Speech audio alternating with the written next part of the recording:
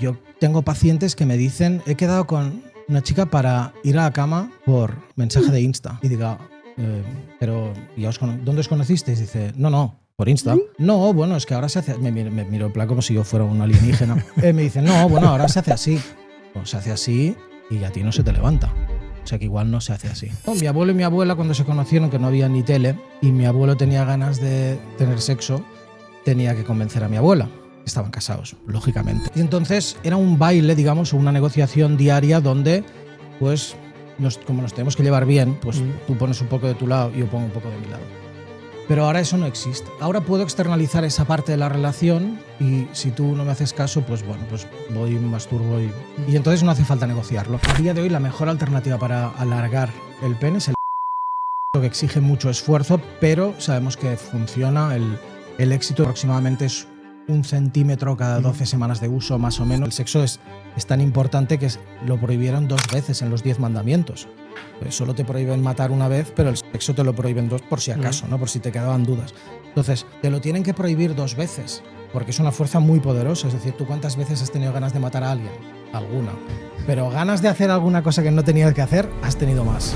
Yo estuve en la medicina pública muchos años, no me quería ir y ahora no volvería ni a recoger oro.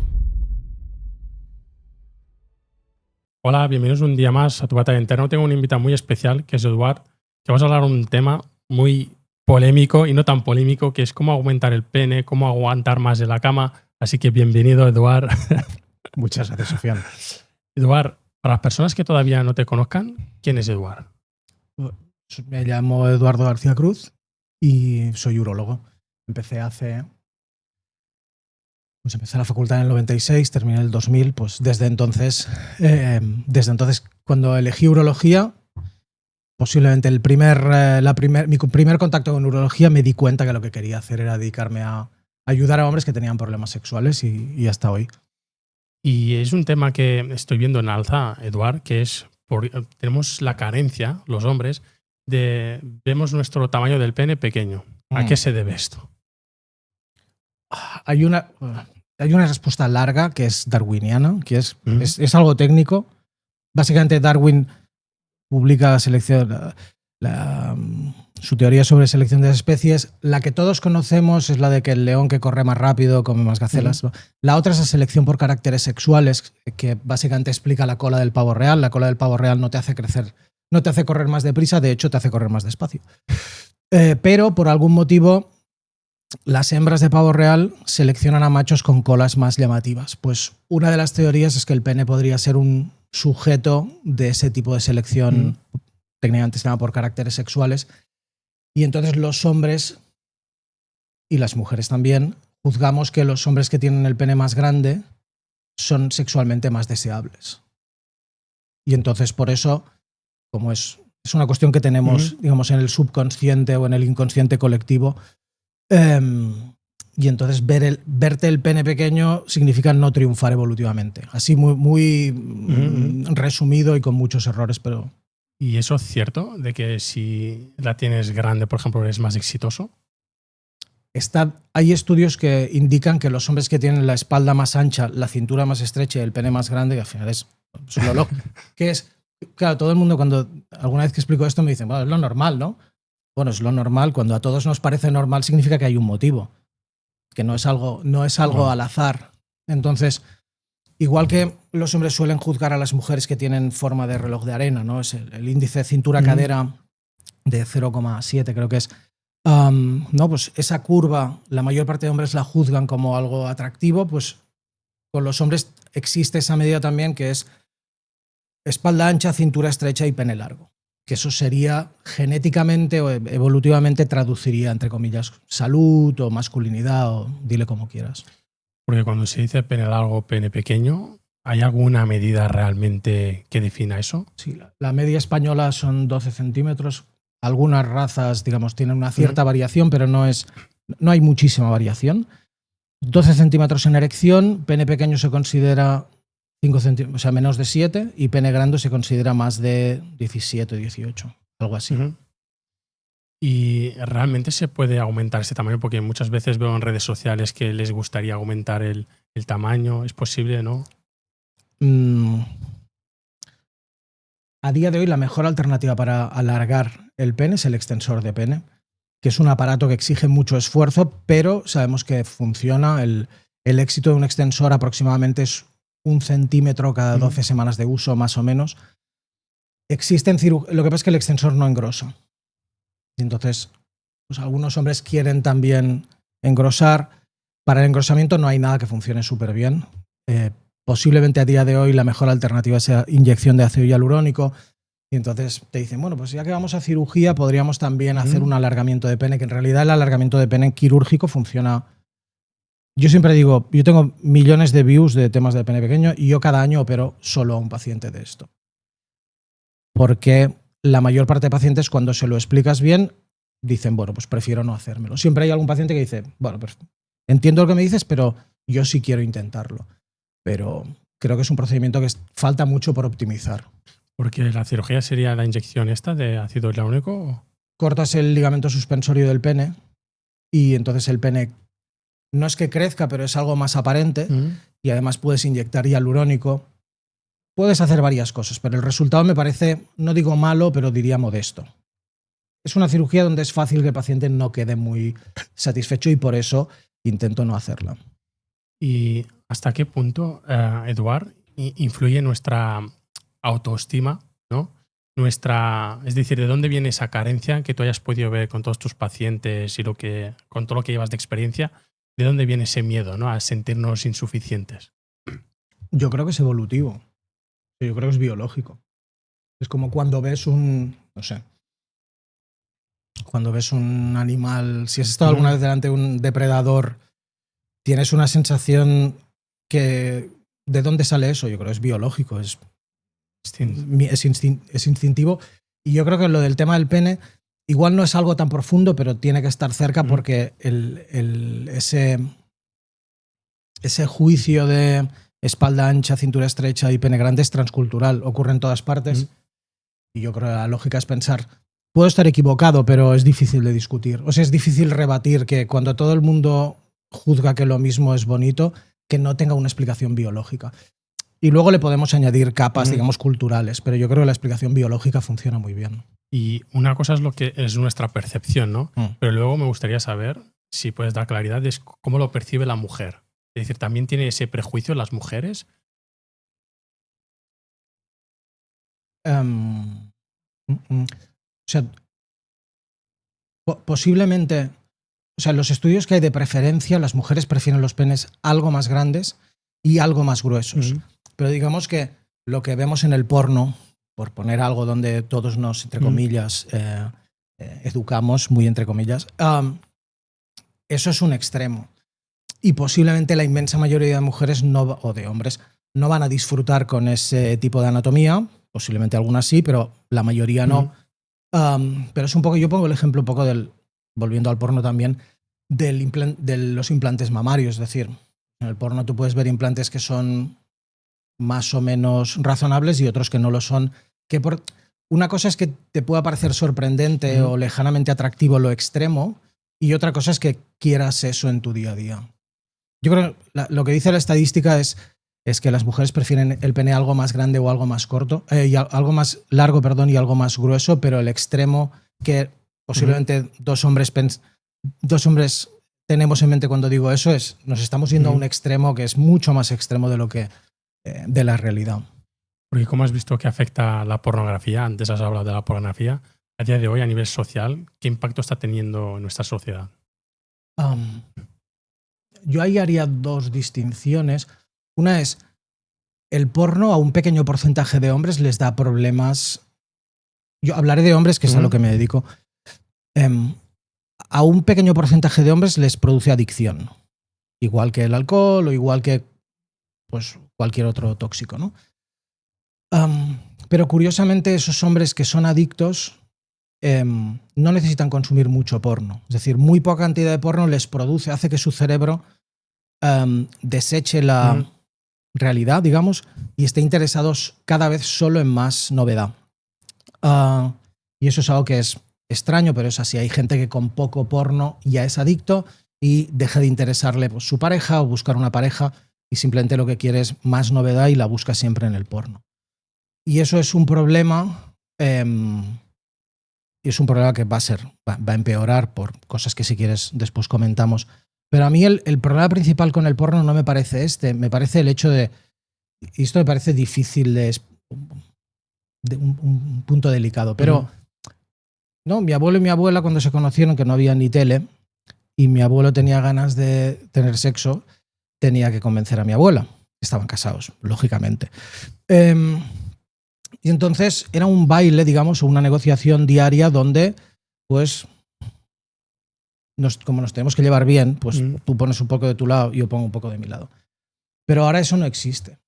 Y no, ahora puedo externalizar esa parte de la relación, y si tú no me haces caso, pues bueno, pues voy, masturbo y entonces no hace falta negociarlo. Y puedes decir, bueno, ¿y qué?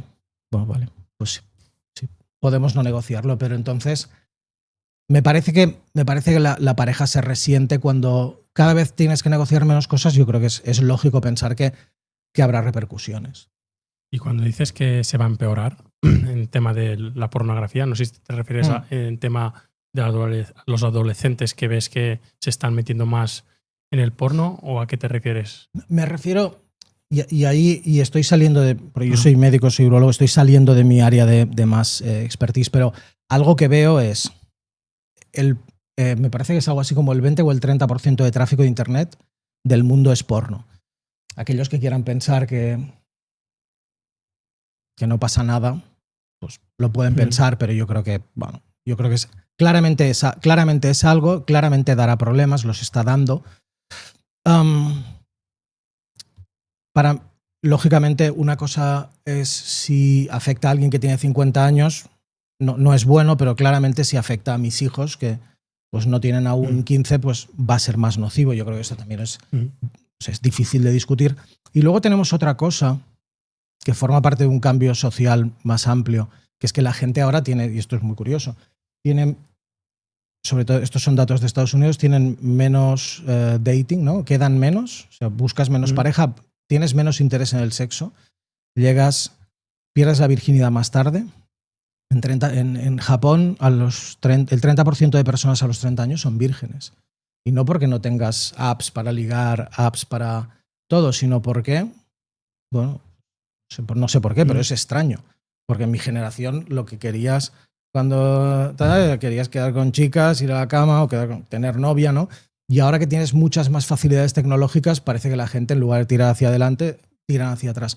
Y ahí voy a la cosa y ahora igual me pongo un poco distópico, y puede ser que no ocurra, y yo voy a estar feliz de estar equivocado, que es las muñecas sexuales. O sea, que me parece la siguiente bomba atómica social.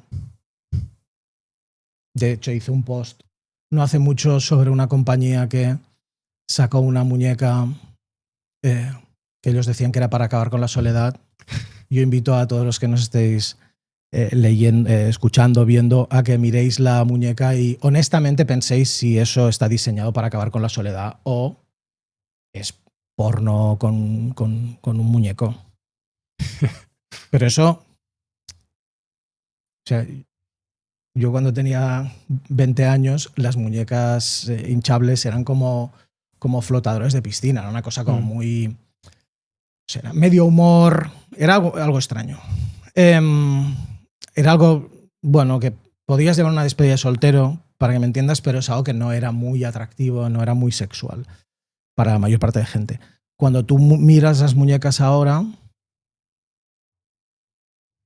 yo me pregunto cuántas mujeres reales o cuántos hombres reales vamos a ser capaces de competir con eso dentro de 10 años. Y hasta ahí acaba mi locura distópica, digamos. Pero viendo cómo ha ido el porno, ya te digo, estaré encantado de estar equivocado, pero brutal. No sé. Y volviendo, has mencionado antes la herramienta del extensor, ¿no? Muchos se estarán preguntando, doctor Eduard, ¿hasta qué medida puedo aumentar mi pene y si realmente tiene alguna repercusión negativa? Hasta donde yo sé, no se ha hecho el estudio de qué pasa cuando lo utilizas en lugar de una vez o de utilizarlo 12 semanas, lo utilizas constantemente. Yo conozco personas y tengo pacientes que lo utilizan en el largo plazo y no veo ningún motivo para pensar que eso no, o sea, que el pene no va a seguir alargando. Posiblemente tiene un tope, pero hasta donde yo sé científicamente no se sabe o no, nadie ha hecho el estudio de qué pasa cuando sigues usando el extensor infinitamente. Pero se puede aumentar, Sí, digamos, sí, se nota la mejora. Sí, con un extensor según pene sano es algo así como 1 centímetro cada 12 semanas o algo así. Hostia. Entre 1 y 2 centímetros cada 12 semanas, entonces muchos pacientes me dicen, oye, pues esto me ha ido bien, ¿puedo usarlo 12 semanas más? Sí. Y algo que no he visto que se hable, o quizás sí, pero no sé, no lo he visto en redes, es el grosor. ¿También es así? ¿También se puede aumentar? El grosor es lo que te decía, se puede Inyectar. se puede inyectar algunas sustancias, pero es un procedimiento que el resultado es regular. El resultado es regular. Hubo una tentativa, un americano que inventó un aparato que tenía muy buena pinta, pero no ha funcionado. Y luego son cirugías en las que se inyecta hialurónico, que es lo que me parece más seguro, o grasa, que el problema es que queda inhomogéneo, se puede atrofiar y no queda liso. Bueno, me parece una cirugía donde el paciente tiene que entender muy bien los pros y los contras. ¿Y de la cirugía hay algún contra aparte de, digamos, la estética? Porque muchos se preguntan, a veces queremos como el resultado rápido y para no pasar por estas 12 semanas o incluso más para 1 centímetro, te dice, pues yo voy y que me inyecten lo que me tenga que inyectar. O sea, contras del alargamiento, como cualquier cirugía, pues tiene infección o sangrado, pero en general es poco habitual. El ángulo del pene va a caer, o sea, no vas a tener una erección así, sino que vas a tener una erección hacia adelante, o sea, hacia abajo, perdón. Eso sería así lo más grande. No es una cirugía que dé muchos problemas. La cuestión es una cuestión de gestión de expectativas. No es una cuestión de problema médico, sino de qué estás buscando. No estoy seguro de que lo que tú estás buscando se solucione con cirugía, en general. Y digamos, es algo que me gustaría tratar, que es si es tema emocional, se suele tratar, es decir, se puede tratar, porque muchos, ya te digo, no llegan a eso, quieren un remedio, el porno. ¿Se puede tratar a nivel emocional? Sí. Sí. Yo las trabajo expectativas. Sí se puede tratar. Ahí hay una parte que es lo que te decía. O sea, hay una parte que de lo que hacemos, de cómo nos comportamos, que es muy biológica.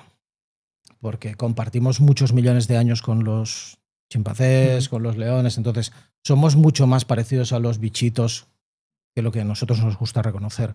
Entonces, esa parte, y yo trabajo con un montón de psicólogos, les admiro mucho, de hecho estoy estudiando psicología, pero esa parte es difícil de tocar, porque al final estamos hechos de una cierta manera. La parte cultural puedes tocarla un poco más, en la parte vivencial, ¿no? Tu parte biográfica se puede tocar, pero al final el hecho de que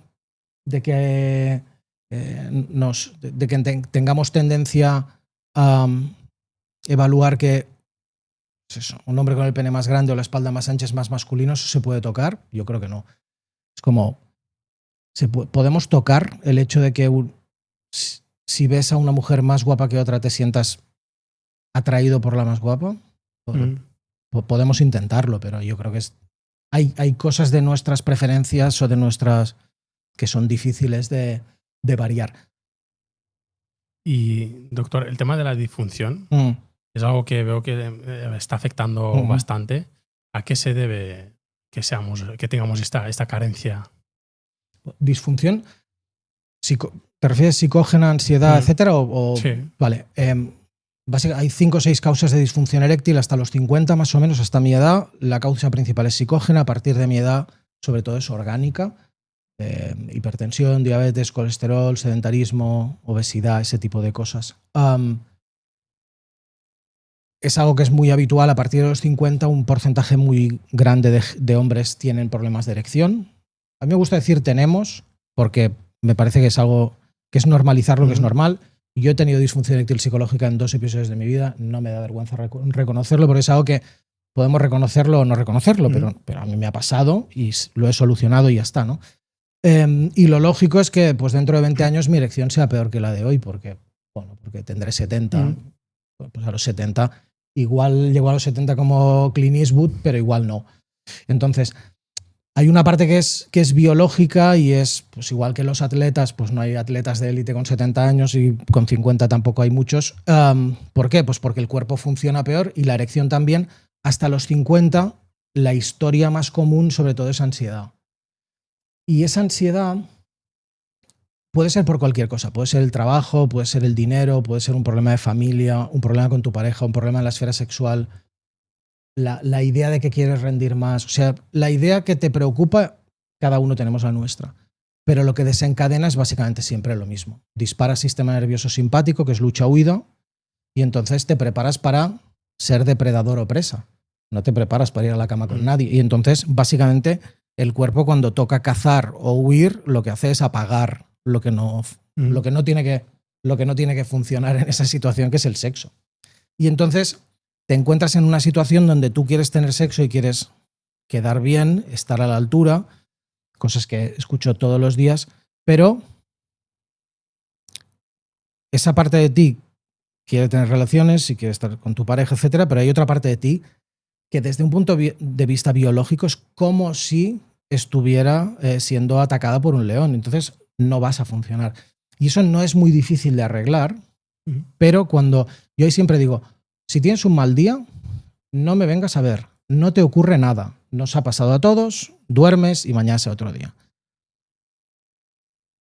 Pero si te lleva pasando un mes, 2 meses, 3 meses, no lo vas a sacar, porque ya has hablado con tus amigos, te has tomado la pastilla que encontraste en no sé qué. Entonces, y típicamente estas cosas hacen bola. Al principio es un pensamiento pequeñito y luego el pensamiento es más grande y más grande y más grande, y entonces empiezas cada vez con más ansiedad, con ansiedad anticipatoria, es decir, cuando sabes que vas a tener sexo empiezas. Entonces, un día no es un problema, nos ha pasado a todos, pero cuando te pasa a menudo y cada vez te pasa más y cada vez estás más ansioso, lo mejor que puedes hacer es ponerle solución, porque además el éxito es prácticamente garantizado. Porque una persona que esté teniendo este problema, ¿cómo lo puede solucionar? Hay algunos que toman la pastilla mágica, que es si Viagra, hay algunos suplementos, no sé si entiendo que ya lo sabrás, la maca, he escuchado hablar mucho de la maca. ¿Cómo pueden tratarlo? ¿Es fácil realmente? Sí, es fácil. O sea, no es muy difícil. Lo que soluciona esto es la terapia. Es decir, la pastilla no soluciona esto. Yo pongo el ejemplo siempre de si esto es como una cirugía de rodilla, la terapia sexual es la cirugía. Los medicamentos vía oral son como los antiinflamatorios o la muleta. No es lo que soluciona el problema, pero es lo que va a hacer que todo el proceso sea un poquito más cómodo, duela menos, sea más rápido. Entonces, no te puedes saltar la terapia, pero hacer terapia sin medicación, hacer terapia sin la ayuda del fármaco, bueno, es ponértelo difícil. Ahí los psicólogos dicen que la gente no tiene que tomar esto porque da dependencia. Eso es mentira. El otro día lo miré, el otro día conté cuántos artículos hay que dicen que hablan sobre la dependencia sildenafil. Hay 0. Eso no existe. Si es verdad que, y esto me pasa todos los días, le das a gente de medicación, les explicas la parte de terapia o les mando con el psicólogo con el que trabajo y claro, todo funciona muy bien, y entonces cuando vienes el siguiente día y te digo, bueno, ahora vamos a empezar a este medicamento, no, ahora usaremos otro, menos dosis, tal, me dices, hombre, no, que este va muy bien. Entonces, no es que seas dependiente, pero sí que sabes que con eso funcionas y le tienes un cierto cariño porque te hace sentirte seguro. Entonces, eso no es dependencia como eres dependiente de los somníferos o de la heroína. Decir eso es mentira, eso no es así. Sí que es verdad que le tienes cariño, pero el medicamento se puede retirar sin problemas. Entonces, la mejor combinación es terapia, intimidad y medicación. Los remedios naturales, y yo los utilizo mucho, los recomiendo mucho, pero no para la disfunción eréctil psicológica al principio, porque ahí lo que ocurre es que al principio necesitas que el medicamento te haga mucho efecto, que estés muy bien, que cojas confianza, y no hay ningún remedio natural que pueda conseguir eso. El remedio natural funciona así y los medicamentos funcionan así. Porque si no, no serían remedios naturales. Pues los empaquetaría una farmacéutica los optimizaría. Entonces, pueden funcionar, pero no al principio. Entonces ahí siempre hay alguien que me dice, yo me acuerdo que tomé unos que me funcionaron súper bien. Vale, eso llevaba sildenafil, tadalafil o vardenafil, porque cuando el efecto es tan escandaloso, llevan truco. Todos. O sea, cuando el efecto es muy, muy escandaloso de la pastilla, entonces lleva química. Yo vi uno que era natural y hace poco, hace ya un tiempo que lo quitaron del mercado. Y no sé si para la audiencia que nos está escuchando, ¿les recomendarías algo natural para que puedan mejorar ese sistema suyo? Pero cuando tienen problema o cuando no. Cuando tienen el problema. No, cuando tienen el problema no hay nada natural que no les recomendaría nada natural. O sea, les recomiendo algo natural. Si hoy se ponen manos a la obra, dentro de 4 semanas, 8 semanas lo tendremos encaminado y ahí si quieren hay cosas que se pueden hacer. La L-arginina, el ginseng rojo, el picnogenol, la ashwagandha, por ejemplo, eso funciona bien, pero por sí solo es un comentario que me hacen muy a menudo. Me he tomado 3 de estos y, oye, sí, me noto un poco mejor, pero no mucho. Bueno, es que no es, este tipo de tratamiento no tienes que usarlo en el proceso agudo, sino cuando ya lo has solucionado todo y estás quitando fármaco y quieres algo de mantenimiento como para estar un pelín mejor. Pero no van a darte ese empujón de confianza que necesitas al principio. Nosotros dejamos, ya sabes, en la descripción toda tu información para todo lo que nos esté escuchando y puedan acudirte a ti y pedir esa ayuda. ¿Crees que también sucede esto lo mismo en jóvenes y cada vez está sucediendo más? Sí. Igual? Sí. ¿Y a qué se debe también esto? Porque normalmente podemos decir que son jóvenes, tienen esa vitalidad que tienen que tener. ¿Por qué también pasa eso? ¿También es por tema de ansiedad, de expectativas? Yo creo que hay una parte de eso. O sea, al final el mecanismo último es la ansiedad. Es en lugar de estar enfocado en la persona con la que estás, empiezas con ese pensamiento que cada uno tenemos. Yo he identificado como 25 o 30 tipos de pensamiento. No voy a estar a la altura, ella es demasiado para mí, no voy a ser suficiente, no voy a tener suficientemente grande, es igual. Hay unos cuantos. Entonces, cuando te desenfocas de lo sexual y te pones a pensar en esto, disparas sistema simpático, te conviertes en una presa y entonces dejas de tener erección. Hay muchas circunstancias por las cuales eso se puede producir. Una de las cosas que creo que podemos decir viendo investigación que hay sobre este tema es, por ejemplo, las apps de ligue. Las apps de ligue que los de mi generación las vemos o las hemos visto como algo que, oye, qué bien, por fin vamos a poder tener. Para personas jóvenes no necesariamente es una herramienta, o sea, no necesariamente están libres de problemas. Entonces, yo siempre cuento lo mismo y empiezo a sonar ya como un viejo, pero es así. Yo cuando empecé a salir con chicas, desde que le pedí para salir, porque entonces se hacían estas cosas, hasta que le di un beso, pues me dijo que sí. Hasta que le di un beso pasó, o sea, no es automático. Hasta que tuvimos más o menos intimidad, pasaron meses, bastantes. Y no que yo fuera el más tonto de la clase, que desde luego no era el más listo. Pero digamos que estaba en la media. Había alguno que sería un poco más rápido que yo, pero digamos que yo no era una excepción para nada. Eso, cuando tuvimos intimidad, hace que conoces a la otra persona, eres también en ese momento, pues posiblemente era mi mejor amiga, tienes una cierta conexión y bueno, pues puede funcionar mejor o peor, pero conoces a la otra persona y sabes cómo puede responder, cuando se calla o cuando pone una cara puedes interpretarlo porque lo conoces. Ahora cuando tiras 30 años hacia adelante, yo tengo pacientes que me dicen, he quedado con una chica para ir a la cama por mensaje de Insta. Y diga, pero ¿dónde os conocisteis? Dice, no, por Insta. Pero entonces no ha habido nada. No, bueno, es que ahora se hace. Me miro en plan como si yo fuera un alienígena. Me dice, no, bueno, ahora se hace así. Bueno, pues se hace así y a ti no se te levanta. O sea que igual no se hace así. Entonces, me parece que la cosa esta de de sexo sin control todo el rato, que es algo muy guay y yo sé que nos apetece a todos mucho, pero tiene consecuencias porque en la naturaleza eso no es así. Entonces, si tú pretendes que tener sexo indiscriminado, pagaremos un precio. Bueno, estamos pagando un precio. Y no te hablo de las enfermedades de transmisión sexual, que también, sino un precio desde el punto de vista de la autoestima. ¿Cómo nos sentimos después de tener sexo? Nos sentimos mal. Cuando el sexo no es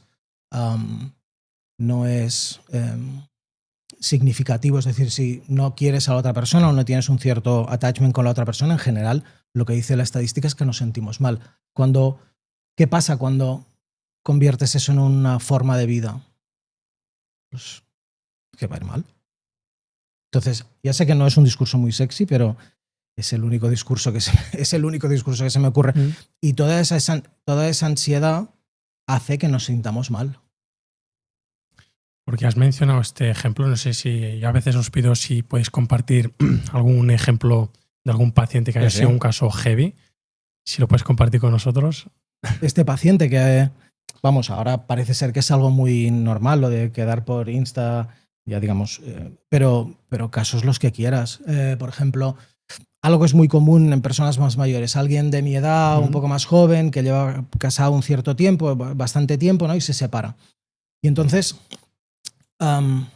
pues bueno, pues durante muchos años el sexo, pues tú ya sabías lo que había. Para bien y para mal, pues conocías a tu pareja y bueno, pues la cosa salía mejor o peor, pero salía.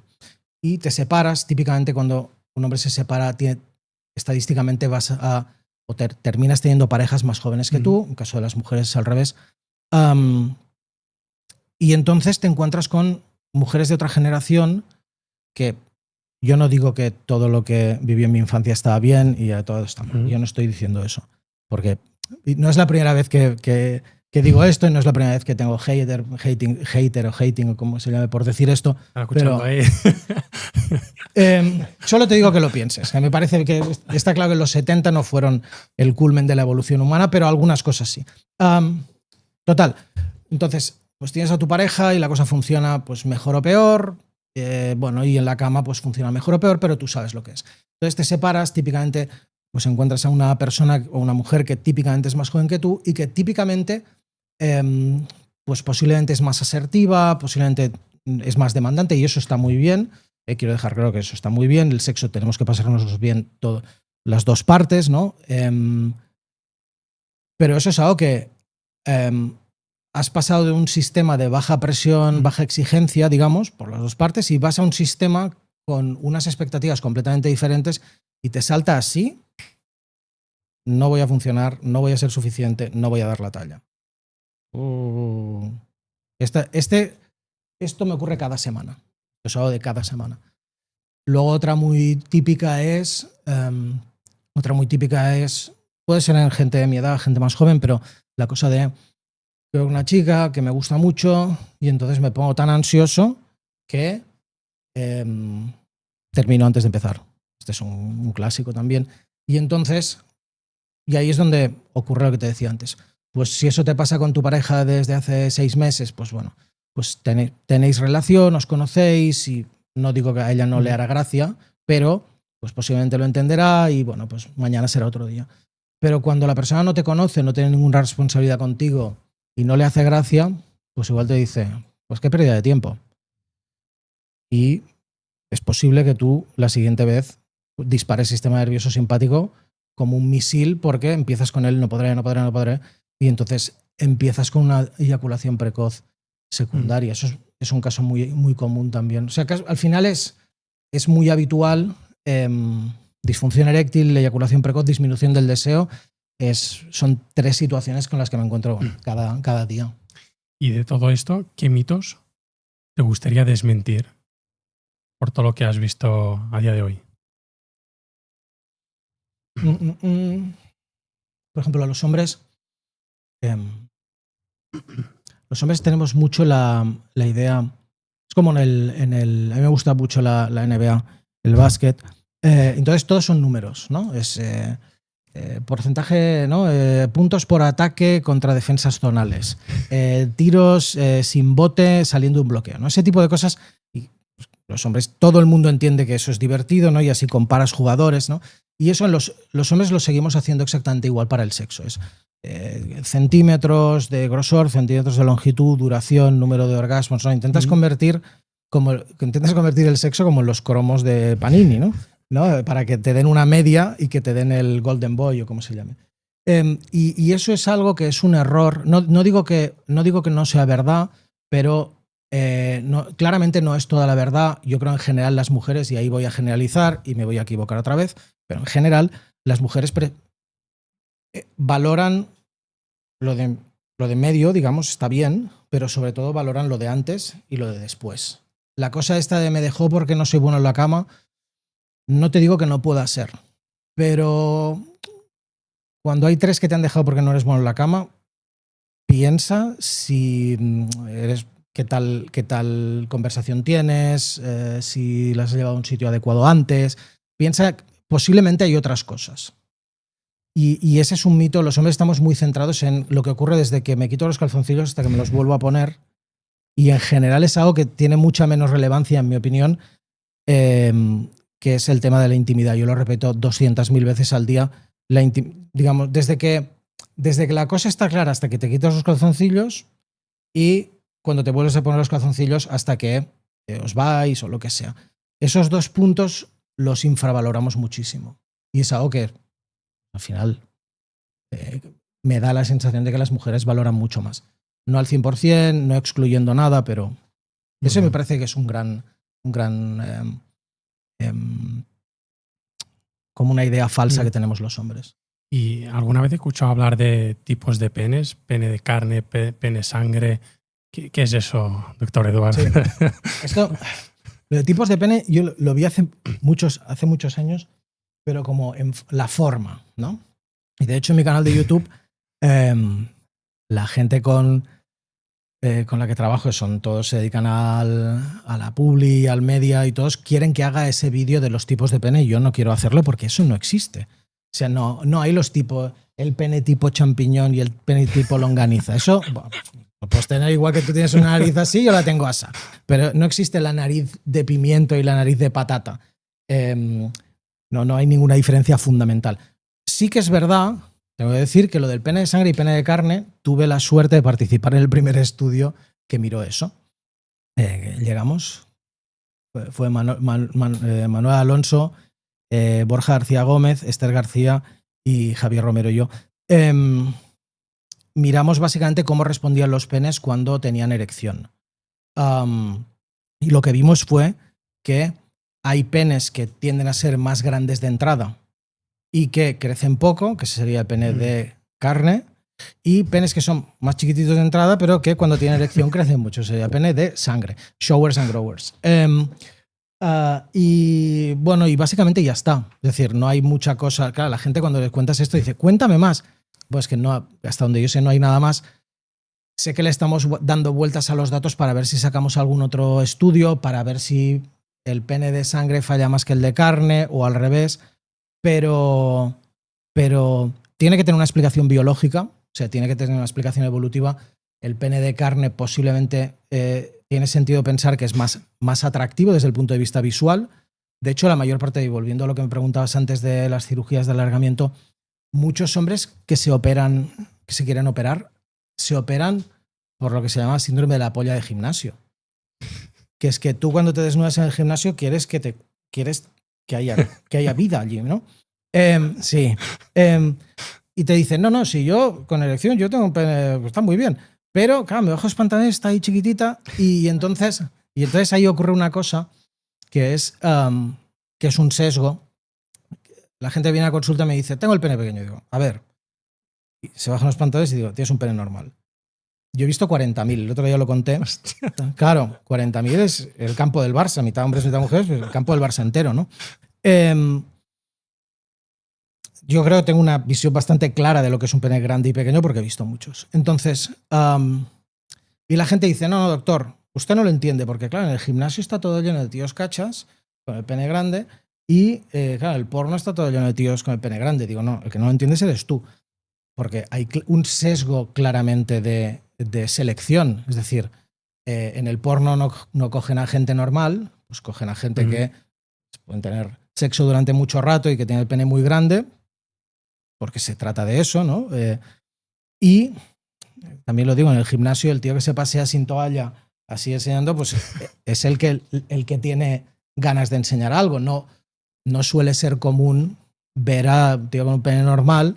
Entonces, claro, el resto que nos estamos cambiando todos ahí mirándonos, pensamos, claro, si este la tiene, estadísticamente, yo soy el que la tiene más pequeña, no. Ese es el que la tiene grande, el resto tenemos un pene normal, pero te hace tener esa sensación de que tú eres el único que tiene el pene pequeño en el planeta y eso no es así. Y no sé si te has fijado por qué entre los hombres nos comparamos a ver si la tiene el más grande, el más pequeña. Pues igual que Por nos comparamos el coche que tenemos, el reloj que llevamos, nos comparamos todo el rato. Las mujeres también se comparan. Al final estás viendo en qué jerarquía, qué lugar ocupas en la jerarquía. ¿Y cuál es el mejor, volviendo a lo de antes, el pene de carne o de sangre? No, ahí me estás preguntando. Me encantaría saberlo, pero no tengo ni idea. Porque lo único que veo es que una se multiplica por 3 en una cierta medida y la otra, pues quizás ya de medida base ya está multiplicada y crece un poquito más y ya está. No tengo la respuesta a eso. Creo tiene que tener, bajo mi punto de vista, una explicación evolutiva, pero no te sé decir más porque no hay más ciencia detrás de eso. Y la gente que saca vídeos hablando del pene de sangre y pene de carne, pero no saben nada de eso porque eso no está estudiado. Creo que hay un trabajo que es el que te acabo de decir. Y lo que has mencionado de la forma, eso es cierto, ¿no? Que hay alguna que tiene una medida, que hace como un péndulo. Sí. Y eso que... Bueno, el pene, pues hay gente que tiene el pene más recto y hay gente que tiene una cierta curva hacia un lado, hacia arriba. Las más comunes suelen ser hacia arriba y después laterales. Pero... hasta ahí. Claro, hasta ahí. Podemos poner pene banana, pene no sé qué, pero al final es algo que coloquialmente para hacer test en internet pues está bien, pero hasta donde yo sé no hay ninguna literatura científica, ningún estudio de ni la frecuencia de cada uno, ni de si es mejor o es peor o qué ocurre. Y el tema del tabaquismo, ¿cómo nos afecta tanto en el pene como la erección? ¿Tiene alguna repercusión? Sí, el tabaquismo, o sea, hay 5 o 6 factores de riesgo, son tabaquismo, alcohol, hipertensión, diabetes, colesterol, sedentarismo, obesidad, la próstata, 8. Estos 8 son malos para todo. Entonces, el tabaquismo es uno de los factores de riesgo que aumentan más la mortalidad por cualquier causa, cáncer de pulmón, cardiopatía isquémica, accidentes vasculares cerebrales, y sobre la erección lo mismo. Los hombres que fuman tienen el doble de disfunción eréctil ajustado por edad o algo así. Y volviendo antes, Eduard, hemos hablado de la suplementación, pero me gustaría adentrarnos en el tema de la alimentación. ¿Nos puede ayudar nuestra alimentación en el tema de la erección? Sí. El otro día empecé a hacer, en el canal de YouTube, empecé a hacer reacciones a vídeos, ¿no? Que también es algo que discutíamos desde hace tiempo, porque hay mucha gente recomendando cosas que dices, ¿sabes? En plan, puf. Dime, ¿qué es lo que has visto? Bueno, para mí es muy gracioso. Yo llevo 25 años en esto y la mayor parte de preguntas que me haces, no estoy seguro, no lo sé. Y hay gente que no sé qué, no dice que tengan ningún título y afirman cosas con una seguridad que dices, oye, me encantaría, con 50 tacos que tengo y la gente que tiene 20 menos que yo, sin tener aparentemente no tener una profesión o una experiencia en esto, afirmar las cosas con esa entereza y dices, oye, admiro esa seguridad. Por ejemplo, en el sexo hay un problema que no es lo mismo hablar de erección que hablar de disfunción. Es decir, ¿qué alimentos son buenos para mejorar la erección? Ninguno. Para tratar la disfunción, depende. ¿Sabes? Depende de cómo formulas la pregunta. Me refiero. creo que hay un estudio con nueces, no, con pistachos, donde se demuestra, entre comillas, se demuestra que si comes un puñado de pistachos al día tendrás mejores erecciones. Ese estudio está hecho en Turquía, que por azar es el segundo mayor exportador de pistachos del mundo. Se lo pregunté a ChatGPT. Primero creo que es Estados Unidos. Entonces es un poco dudoso, ¿no? Llama un poco la atención que los mismos que venden pistachos te intenten decir. Entonces, los estudios con alimentos son muy difíciles de hacer. Es muy difícil ponerte una dieta normal y a otro ponerle una dieta normal con algo. No, la dieta no funciona así, no es tan sencillo. Los hombres tenemos tendencia a querer comer pizza y Coca-Cola todo el día, y yo tomando aquí una Coca-Cola, por ejemplo, de esto, y luego cuando no se te levanta, ponerte ciego de pistachos pensando que lo voy a contrarrestar todo, ¿no? Que puedo estar todo el día comiendo Dunkin' Donuts y luego por la noche me tomo un paquete de pistachos y voy a ser como Thor. Y eso no es así. Eso no es así. Entonces, la dieta vegetariana mediterránea y posiblemente pues, las dietas keto, las dos primeras están avaladas por la Organización Mundial de la Salud, la tercera no. Yo tengo buena experiencia con eso, pero no tiene el mismo nivel de recomendación. Harán que pierdas peso, que mejores el control glucémico, que mejores la hipertensión, que mejores la tolerancia a la insulina, y eso hará que, igual que es un buen consejo para un futbolista, para un atleta, porque alarga tu vida deportiva, pues también al final el pene es un órgano que se llena de sangre, igual que el cuádriceps. Entonces, cuanto más funcione la arteria que va al cuádriceps, más rápido vas a correr más años, y lo mismo con el pene. Pero el alimento que tu médico no quiere que sepas, ¿no? Ese tipo esos son chorradas. Esos son chorradas. No existe, porque si no en mi nevera abrirías y habría solo, no sé, helado de Häagen-Dazs de macadamia, que es el que... Eso no existe. No existe el alimento que te devuelve. Y hablando de suplementación, la cosa de el remedio natural, ocurre un poco lo mismo. Es decir, lo que no puede ser es que estés comiendo todo el día pasta y pizza y que luego te tomas tu pastilla de ashwagandha y te piensas que vas a batir el récord del mundo de los 10.000. No va a ocurrir.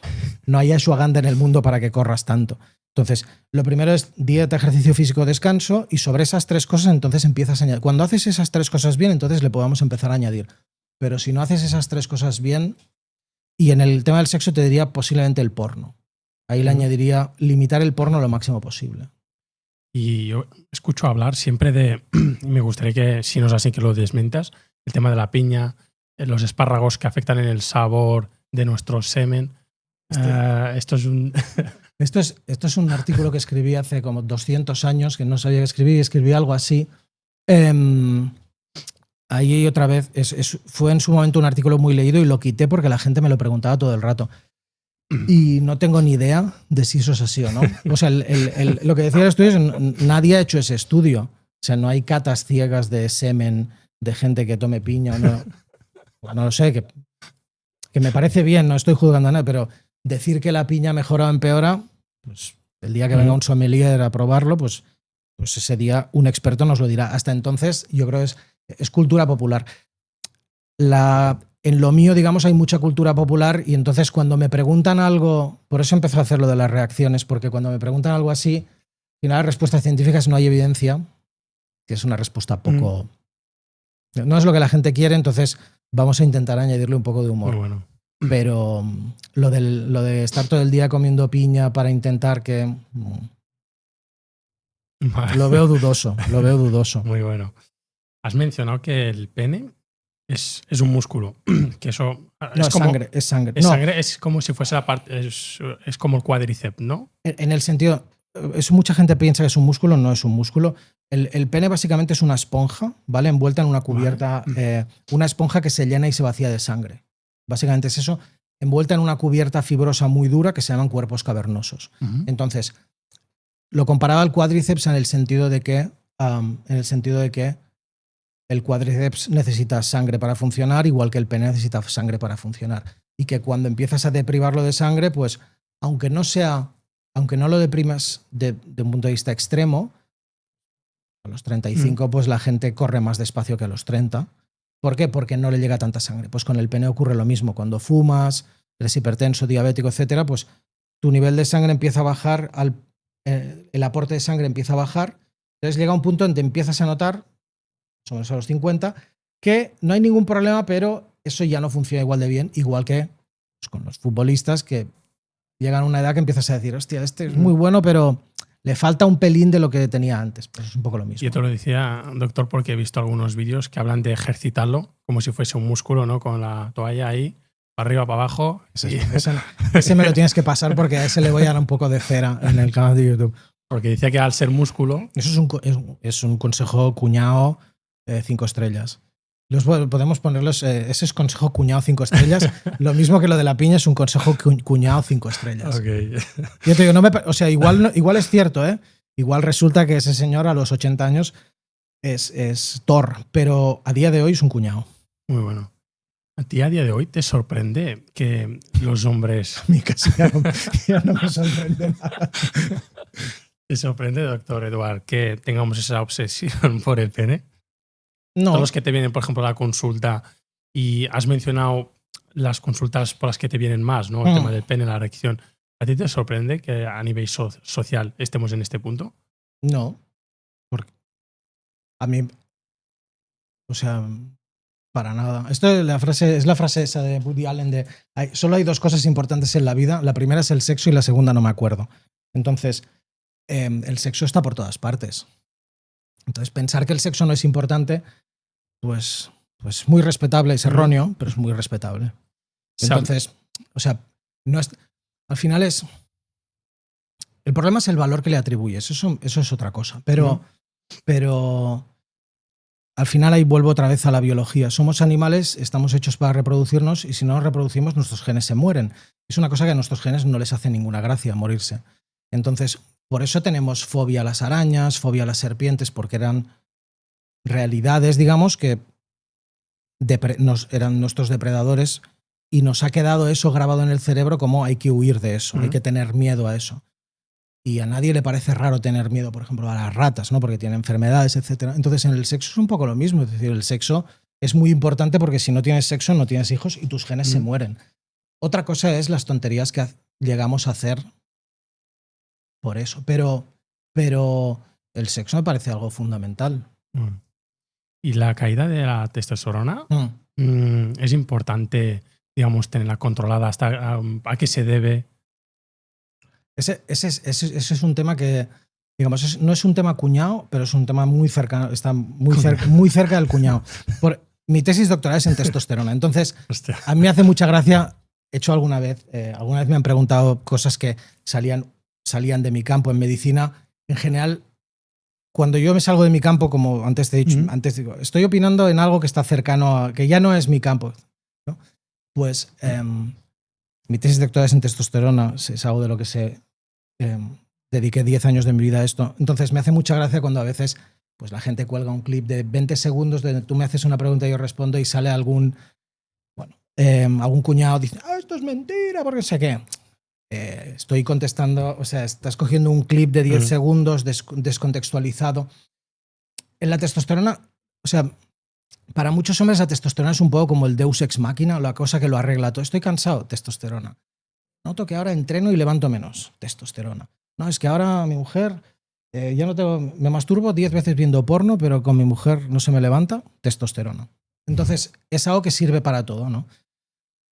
Lo que dice la evidencia científica es que a los 50 años, a mi edad, el 1% de hombres tienen disminución de testosterona. Y eso es así, el 1%, que no es ni mucho ni poco, es el 1%. Entonces, la testosterona es muy importante, sobre todo más adelante. Es decir, el déficit de testosterona es más relevante hacia los 70, 80. Ahí más o menos 1 de cada 3 hombres tiene déficit de testosterona, o sea, es bastante más relevante.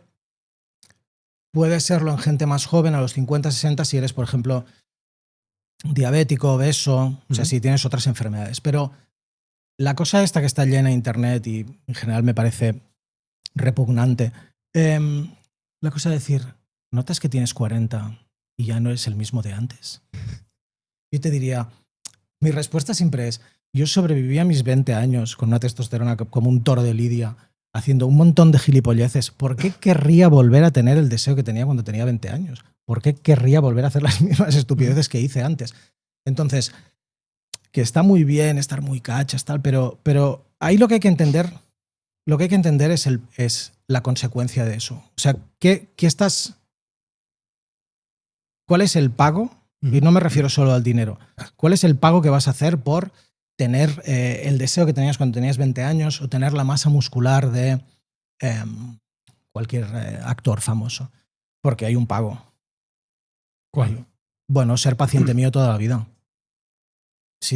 Entonces, hace poco, porque este es un tema que me interesa mucho, yo soy una persona flexible, no soy el típico médico al que va así, esto no lo hagas porque está mal. Yo eso no se lo digo a nadie, porque tú no vienes a mi consulta a que yo te dé mi bendición o mi permiso. No necesitas ni mi bendición ni mi permiso, pero muchas veces necesitas mi consejo. Entonces, cuando viene alguien, y esto lo he visto, por ejemplo, un caso real, un chaval de 24 años que hizo un ciclo de anabolizantes, muy mal aconsejado, y es paciente mío para siempre. Eso pasa. Gente de mi edad que se piensa que con 50 tacos puedes estar haciendo tal y parecerte a Schwarzenegger, y lo puedes hacer. Pero lo que va a ocurrir, dependiendo del nivel de suplementación que tengas, es que vas a tener aumento del riesgo cardiovascular, vas a tener aumento de problemas psiquiátricos o cognitivos. Es decir, se puede hacer, pero el problema es el precio que pagas. Entonces, hace un tiempo monté con un amigo mío, siempre montamos un congreso una vez al año sobre la parte de la medicina sexual masculina que nos parece interesante. Y que no se habla en los congresos. Y este año hablamos sobre testosterona. Y trajimos a 3 personas que cada uno ocupan un campo diferente. Trajimos a Antelm Pujol, que te aconsejo, es un tío que ha sido, es culturista natural, es endocrinólogo. Y entonces él lo que hace es te enseña cómo hacer ejercicio físico, la suplementación con remedios naturales, pero nada químico. O sea, es tu mejor versión y ya está. Luego tenemos a Débora Nuevo, que es internista, que se dedica al anti-aging, una persona muy sólida, que te dice, dentro del límite, yo te quiero poner en la parte de arriba, pero sin pasarte. Pero, entre comillas, yo le decía, haciendo trampas, ¿no? O sea, dices, sí, claro, porque tú ya tienes una edad, entonces te tengo que ayudar un poquito. Digo, vale, pero ¿eso qué contrapartida tiene? Me dice, bueno, que serás paciente mío siempre. Eso no está ni bien ni mal. Yo también voy a usar gafas hasta el día que me muera. Es decir, yo también dependo de mis gafas. Sin mis gafas, mi teléfono móvil no sirve para nada. Bueno, me hace luz. Pero yo tengo que estar dispuesto, yo tengo que entender que si sigo ese camino, posiblemente mejoraré algunos parámetros metabólicos, posiblemente estaré más guapo, estaré más delgado, estaré más musculoso, pero eso no lo estoy consiguiendo yo solo, sino con ayuda del fármaco. Y cuando no hay fármaco, no vuelvo a la casilla de salida, vuelvo más abajo, seguramente. Y luego el tercero era Alex Costa. Alex Costa es endocrinólogo también, ha sido campeón de España o de Europa de culturismo, es un animal. Y Alex se dedica, desde su experiencia, a ayudar a gente que se van a meter testosterona de manera testosterona o esteroides anabolizantes, Trembo, Nandro, etcétera, hacerlo de la manera más segura posible. Pero estamos hablando de 3 personas que se dedican a esto desde hace muchos años, que tienen especialidades muy largas y muy difíciles de conseguir, y siempre hay un trade-off. Siempre es, te doy esto a cambio de lo otro. Entonces, a mí lo que me repugna un poco es, vi un anuncio hace poco que salía Jack Reacher, ¿sabes? La serie.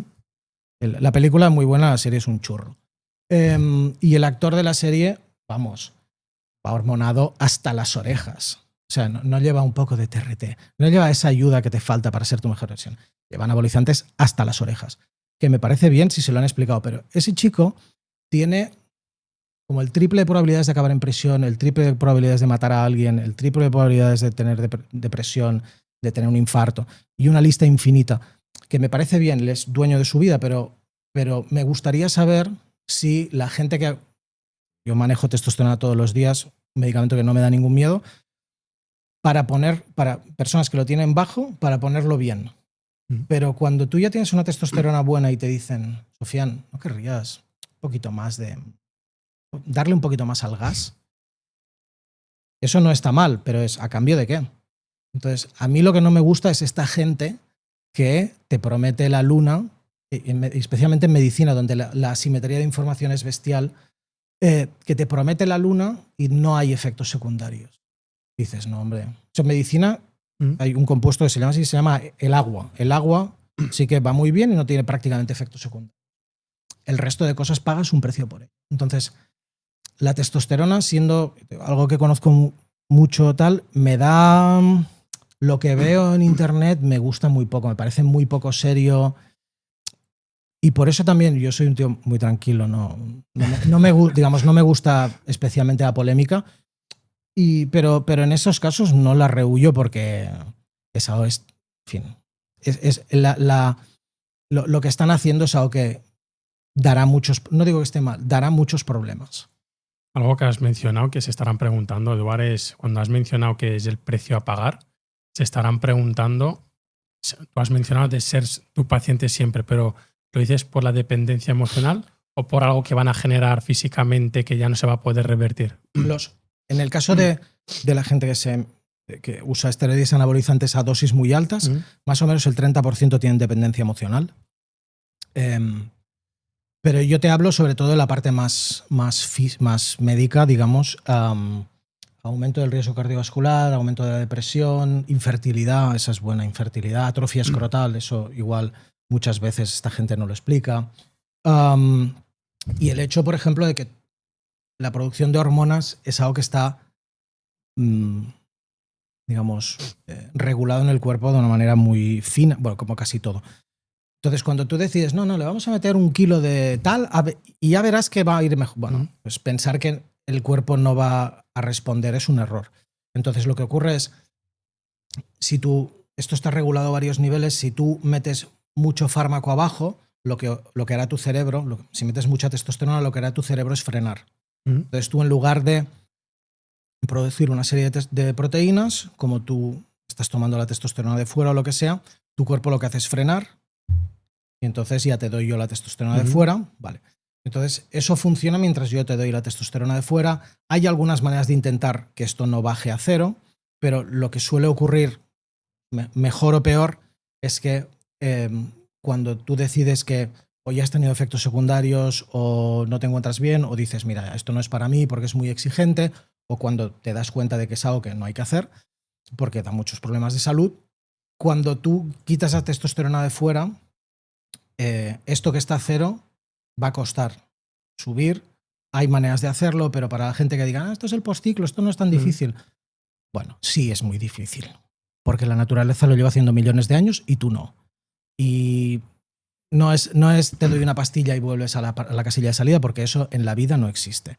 Entonces, si tú antes estabas aquí, lo que dice la ciencia es que acabarás más abajo, porque has regulado a la baja, porque tu cuerpo se ha dado cuenta que había sobrado y entonces es como echa el freno, y ese freno, aunque tú intentes quitarlo, no se va del todo siempre. Y como eso, miles de otras cosas en el cuerpo humano. O sea, en el cuerpo, tú cuando le metes un tóxico externo durante un cierto tiempo, el cuerpo en general aguanta muy bien, un rato. Pero cuando tú insistes, pues al final el cuerpo palma y pagas un precio por ello. Entonces, la testosterona es un medicamento que cuando lo necesitas es fantástico, da poquísimos problemas, no da cáncer de próstata, no da infartos. Cuando tienes la testosterona baja, yo tengo un paciente, un señor que le tengo mucho cariño, que vio un día y me dice, tenía la testosterona baja, tenía un cáncer de próstata, que estaba curado, y me dice, y le habían dado un tratamiento y con eso tenía la testosterona muy baja. Y me dice, tienes que ayudarme porque yo soy el mejor jugando al golf de todos mis amigos y ahora todos me ganan. Porque la falta de testosterona da pérdida de masa muscular, pérdida de función cognitiva. Miramos, tenía una testosterona baja, dieta, ejercicio físico, no sé qué, le doy testosterona y vuelve al cabo de 3 meses y me dice, te puedo dar un abrazo y ya vuelvo a ganarles a todos. Entonces, cuando tienes la testosterona baja y la pones en su sitio, no en 3 meses, posiblemente en más. Ese señor respondió muy bien, pero es igual. No es una cosa mágica, pero vas a volver a ser tu mejor versión, esa que recordabas. Eso es una cosa. Cuando la tienes baja, ponerla a nivel, fantástico. Pero cuando la tienes a nivel, intentar ser Jack Reacher es un error. Un error. Me surge una pregunta que es, ¿el hombre tiene algo parecido al síndrome premenstrual de la mujer? Sí, tiene muchos nombres, se llama andropausia, que es el late onset hypogonadism. Que es lo que pasa es que las mujeres hacen así con las hormonas, más o menos a los 50. En España la media es 51 años. Antes y después hay una cierta turbulencia, pero la caída de hormonas es más o menos abrupta. En el caso de los hombres, tenemos una testosterona que empieza a subir en la pubertad. Niños y niñas tenemos testosteronas más o menos iguales. Los niños en la pubertad empieza a subir, se mantiene el máximo es desde los 15 o algo así hasta los 30 o algo así, y entonces 30 o 40, algo así, y luego empieza a bajar a ritmo de 1% por año. Entonces, las cosas que lo hacen bajar más deprisa, la diabetes, la obesidad, algunas enfermedades, algunos medicamentos, el uso de anabolizantes, en lugar de bajar así despacito, pues bajarás más deprisa. No es exactamente lo mismo que una menopausia, pero le llaman menopausia masculina, andropausia. ¿Y eso tiene algún tratamiento, entiendo? Testosterona. Cuando tu nivel de testosterona baja por debajo de un cierto nivel y tienes síntomas, entonces es lo que te decía.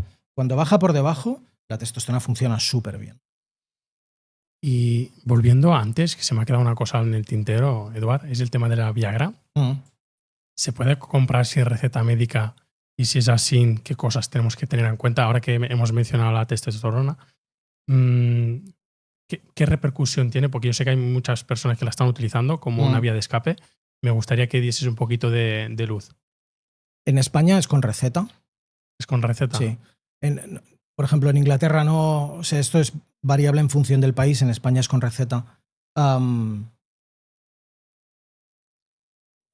Sildenafil, en general los inhibidores de fosfodiesterasa 5 son medicamentos muy seguros, dan muy pocos problemas. Rigurosamente falso que den infartos, angina, muerte súbita, eso está superadísimo. No es así. Tienen algunos efectos secundarios que cuando los mezclas con medicamentos muy particulares como los nitratos, entonces pueden dar efectos secundarios graves, pero es un medicamento muy seguro. Cuando se lanzaron, se pensó que, decía antes, la disfunción eréctil está producida por enfermedades, hipertensión, diabetes, colesterol.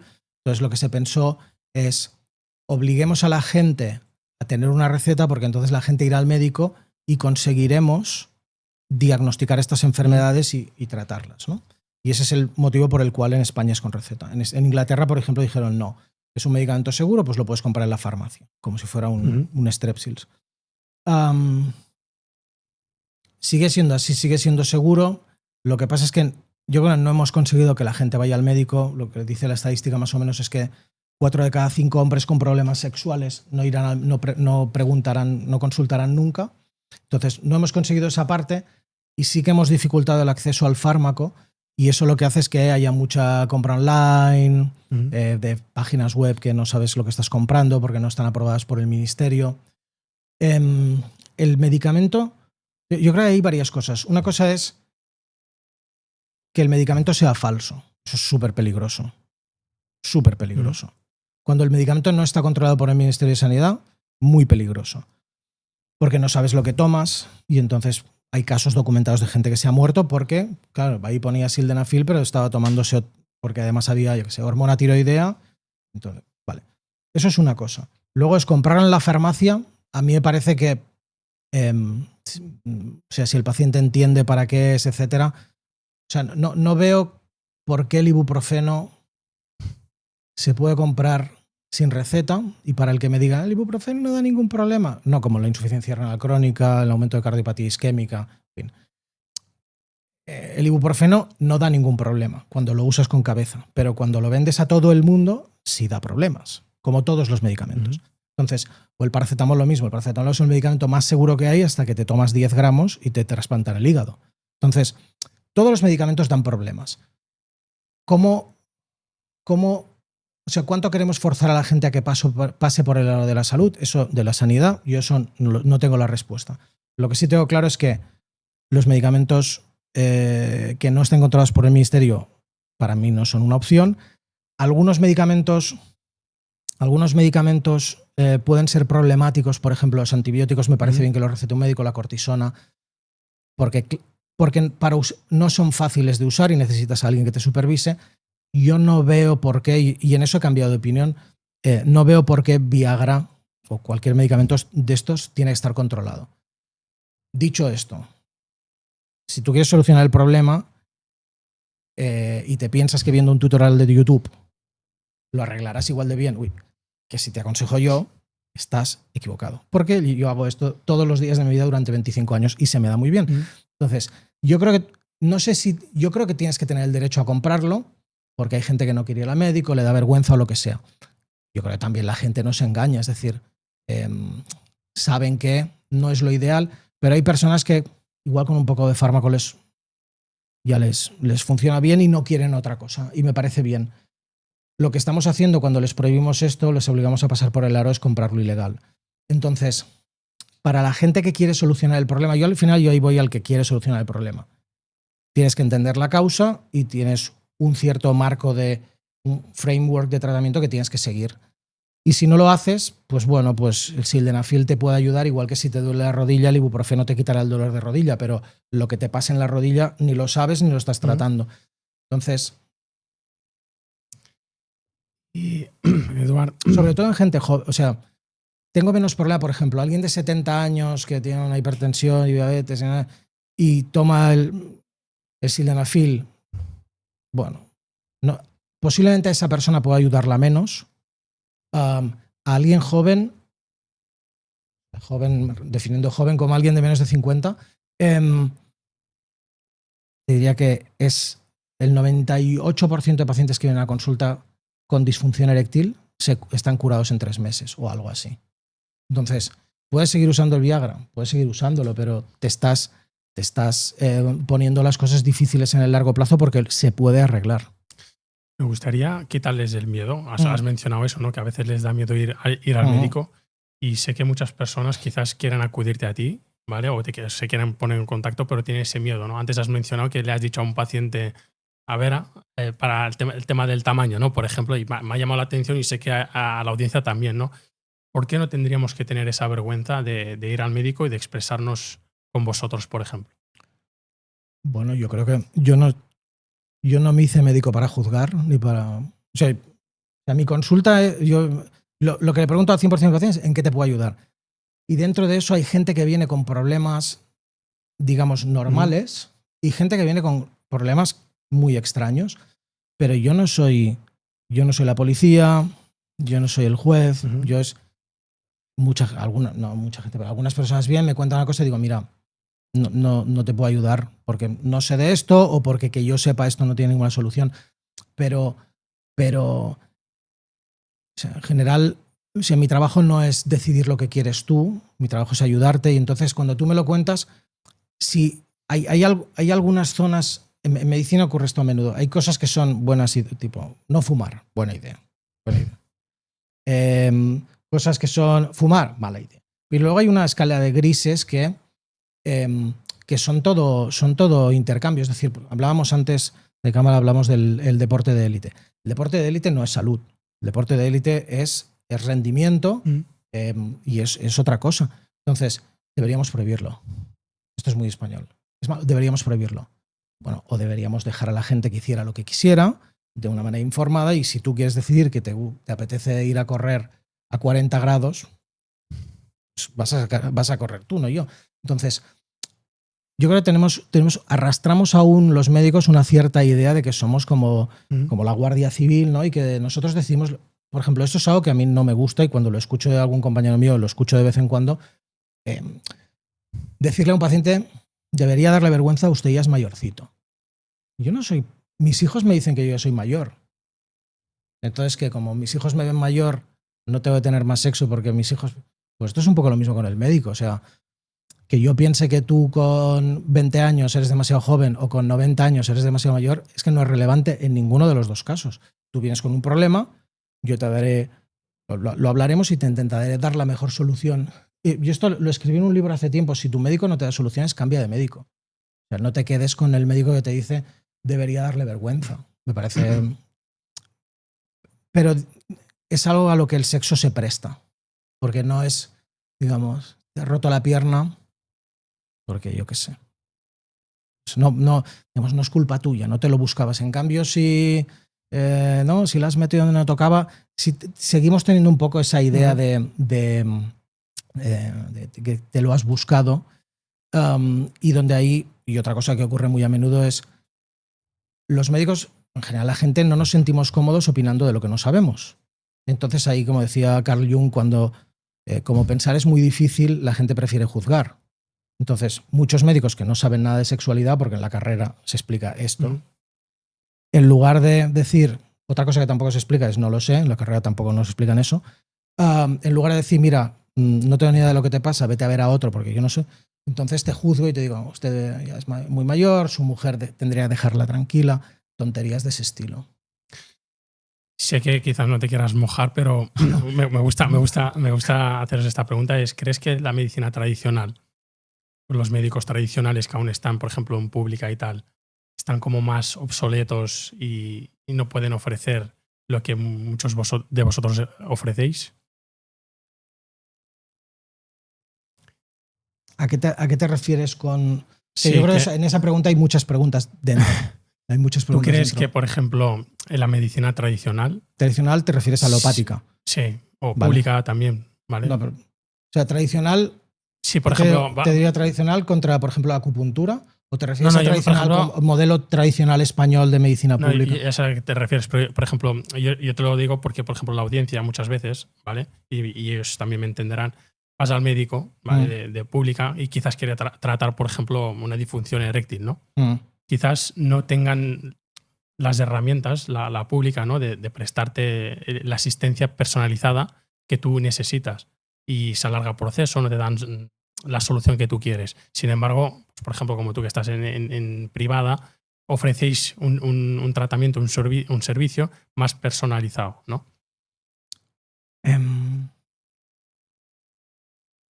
Yo he estado en la pública 20 años, no conozco, o sea, conozco médicos buenos y malos, no conozco ninguno que haga mal las cosas queriendo. Pero desde luego tampoco conozco a muchos que sientan que eso es su consulta. Porque tú tienes 30 pacientes o 40 o los que... Yo he tenido compañeros que su jefe les decía, tú atenderás a todos los pacientes que vengan. O sea, si vienen 50, tienes que atenderlos a todos. Entonces es muy difícil trabajar así. Y aparte es que no tienes web. Una de las cosas más importantes en medicina es escuchar. Y escuchar tiene el problema que es que lleva mucho tiempo. Porque primero te tengo que dejar que hables, entender lo que te pasa, luego llegar juntos al diagnóstico. El diagnóstico no es una cosa, yo te digo, tú tienes tal cosa, es una cosa que acordamos, al menos en lo mío. Y el tratamiento lo acordamos también. Entonces, típicamente la primera visita es 20 minutos tú hablando, yo 10 o algo así. La segunda es al revés, 20 minutos yo hablando, tú 10. Y luego empieza el tratamiento. Entonces, yo entre la primera y la segunda pueden pasar unos días. Eso en la pública, en la pública yo tenía pacientes cada 5 minutos. Entonces, exige un seguimiento, exige entender muy bien lo que le pasa a otra persona, que la otra persona entienda muy bien de qué va el tratamiento, si tiene alguna duda lo pueda preguntar. Yo me acuerdo en la pública los pacientes que decían, ¿no me puede dar su email? No. ¿Y su teléfono? No. O sea, pero esto, los políticos de todos los colores nos han hecho creer, esto es una de las grandes, cuando me quiero meter en líos digo esto, la gente confunde la esperanza de vida y lo bueno que es un sistema sanitario. Entonces, esto es algo que a la gente no le gusta, pero la esperanza de vida prácticamente no está relacionada con lo que se invierte en sistema de salud. Eso es algo que no es un dato mío, no es que yo sea un chiflado, eso lo dice la Organización Mundial de la Salud. Entonces, el beneficio en expectativa de vida, invirtiendo mucho en salud, es, digamos, escaso. Tiene otras cosas positivas, pero es escaso. Lo que han hecho los políticos de derechas y de izquierdas es decirle a la gente, tenemos una gran expectativa de vida, creo que nos superan los japoneses y algún otro país despistado, pero como vivimos mucho, eso es que tenemos un sistema de salud que está muy bien gestionado además, porque tenemos un sistema de salud muy barato. Y entonces la gente dice, hombre, si tenemos un buen sistema de salud, por una cuestión lógica, es que gastamos suficiente dinero. Y nada de todo eso. O sea, nada de todo eso está relacionado. La salud está mucho más relacionada con factores ambientales como la exposición al sol, el tabaco, el alcohol, la comida, el ejercicio físico, la parte social. El país del mundo que más gasta por habitante, me puedo equivocar, en el lugar del primero es el segundo, es Estados Unidos, y viven de media como 15 años o 10 años menos que nosotros. Entonces, eso no tiene nada que ver, pero la gente tiene la sensación de que tenemos un gran sistema de salud cuando no lo tenemos. Lo teníamos, cuando yo empecé teníamos un gran sistema de salud. Ahora tenemos un gran sistema de salud por euro invertido. Pero para el padre que tiene un niño con un problema grave, ¿tú quieres que a tu hijo le hagan la mejor cirugía por euro invertido o la mejor cirugía? La mejor. La mejor cirugía. Y entonces nuestros políticos han sido muy hábiles ahora de engañarnos y nosotros hemos sido muy tontos a la hora de comprar el... Pero entonces esto lo que hace es amplificar, es bueno, tenemos un gran sistema de salud, por lo tanto este hombre de aquí, pues oye, que me dé su teléfono. Y eso sencillamente no funciona porque, y esto es algo que lo decíamos también antes, cada día veo en LinkedIn pues, un compañero decir, me voy a la privada, me voy de aquí. O sea, yo estuve en la medicina pública muchos años, no me quería ir y ahora no volvería ni a recoger oro.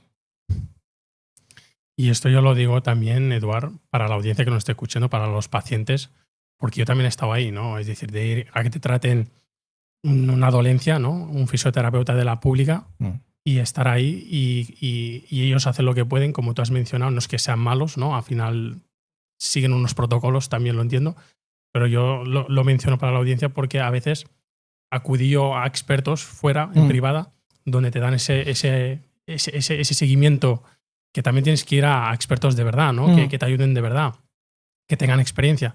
Pero muchas veces te puedes quedar en el consejo que te dieron ahí por falta de tiempo y te piensas que no hay una solución. Sin embargo, sí que hay. Yo estuve años para poder encontrarla y sí que es verdad que fue muy largo, ¿no? Entonces, por eso quería dar esa claridad. Esto, yo pienso que, y la política sanitaria no es mi fuerte, pero después de 20 años en la pública yo creo que tengo una idea bastante clara de cómo funciona. Además he hecho hospital terciario, hospital más pequeño, he hecho ambulatorio, he hecho bastante, digamos, zonas de mucho poder adquisitivo, zonas de poco, varias comunidades autónomas. Al final es la especialización mejora el resultado, ¿no? Tú no pones a Messi de medio defensivo. ¿Por qué? Porque Messi juega de extremo derecho. Tú a Cristiano... O sea, todos somos buenos haciendo una cosa muy particular. Somos excelentes haciendo una cosa muy particular. Pero si pones al carpintero, que es un gran fabricante de sillas, a hacer mesas, bueno, las hará porque al final es más o menos lo mismo, pero no va a ser igual de bueno. Entonces, tú pones a un urólogo, que le encanta la medicina sexual, a hacer litiasis y, hombre, intento no hacer ninguna fechoría, ¿no? Intento no cometer ninguna fechoría, pero no es lo mío. Entonces, no estoy tan actualizado, no leo tanto, no me interesa tanto. Pues así, pues lo multiplicas por no sé cuántos médicos hay en el sistema de salud, 100.000 médicos que no hacen lo que quieren hacer. Bueno, pues, y ven pacientes que no son exactamente su área de interés, y cuando encuentran a uno que sí dices, a este le puedo ayudar, cítale mañana para la segunda visita, dice, no, si tienes agenda completa 4 meses. Al final, no funciona. Y volviendo un poco al tema, es ¿qué órgano más importante a nivel sexual tiene el hombre o la mujer? A nivel, el órgano sexual más importante que pueda tener el hombre. Para mí, a riesgo de sonar muy manido, para mí es el cerebro. El sexo es algo que, y en la mujer también, es algo que ocurre aquí. Luego lo de abajo es divertido, pero digamos, hay más efectos especiales abajo que arriba, pero es algo que empieza y acaba en la parte del coco. Muy bueno. ¿Y los errores más frecuentes que pueden destruir una relación de pareja? Esa no es para mí. Conozco gente que son muy buenos en terapia de pareja, yo terapia de pareja no hago. O que hayan cometido a nivel sexual. A nivel sexual, o sea, errores a nivel sexual, los hombres pensamos que, o sea, los hombres no le damos suficiente importancia a la intimidad. Ese sería... Muy bueno. O sea, los hombres pensamos que me apetece, vamos. No es ideal, puede funcionar, pero no es ideal. para la inmensa mayoría de mujeres, siempre hablando de sexo hetero, en el sexo homosexual es más o menos parecido, pero más o menos diferente, tienes que cuidar la intimidad para tener una gran vida sexual. Y en el caso de las mujeres diría, tienes que cuidar el sexo para tener cuidar el sexo para tener una gran intimidad. Pero es algo que se negocia. O sea, es la típica cosa que no es, hazlo así. Por ejemplo, eso es algo que nunca le digo a un paciente, tienes que hacer eso. Al paciente le digo, hombre, yo creo que igual, ¿qué tal crees que funcionaría si antes de tal pruebas A, B, C, D? Hombre, sí, eso seguro que le gustaría a mi mujer. Pruébalo. Y al final es cuando la gente ve que funciona. Si al final no tienes que explicarlo mucho, porque cuando la gente ve que funciona, ya lo aplican de motu propio. ¿Y tu punto de vista, Eduard, respecto a los juguetes? ¿Usarlos sí, no? ¿Por qué? ¿Ves? Eso, por ejemplo, yo conozco... No conozco pacientes, pero tengo colegas, digamos, que me explican, sobre todo psicólogos, que me explican que algunos hombres se sienten intimidados por el juguete erótico. No sé. Como que mi mujer no tiene suficiente con mi pene y necesita. Eso es algo que a mí me han pasado. Todo lo que se te ocurra me ha pasado. Eso no me pasa, no me ha pasado. A mí me parece que todo lo que sea. O sea, el juego no. El sexo no es como hacer. No es como hacer ejercicio interválico de alta intensidad. El sexo se debería. Bueno, se debería no. En mi opinión, debería parecerse más a un juego. Y el juego es acordar con la otra persona cuál es el terreno. Entonces, igual tú puedes tener una pareja que sea muy de hacer hit, ¿no? Y de hacer algo como muy aeróbico y sudar mucho y muy intenso, perfecto. O tienes otra pareja que le gusta algo más travieso, más creativo, no sé. A mí no me parece que esté mal nada, pero es entender, ahí es donde los hombres somos muy flojos en general, porque no entendemos que no se trata de X minutos en X posición hasta que tenga X orgasmos. No funciona así. Es más una cuestión de un juego y es entender qué juego quiere jugar la otra persona. ¿Y cómo ves el tema de que cuando queremos tener una relación sexual con una pareja nueva, nos genera ese miedo? ¿Es normal ese miedo? ¿Siempre? Normal. O sea, yo creo que es común. O sea, yo creo que el otro día escuché un pensamiento.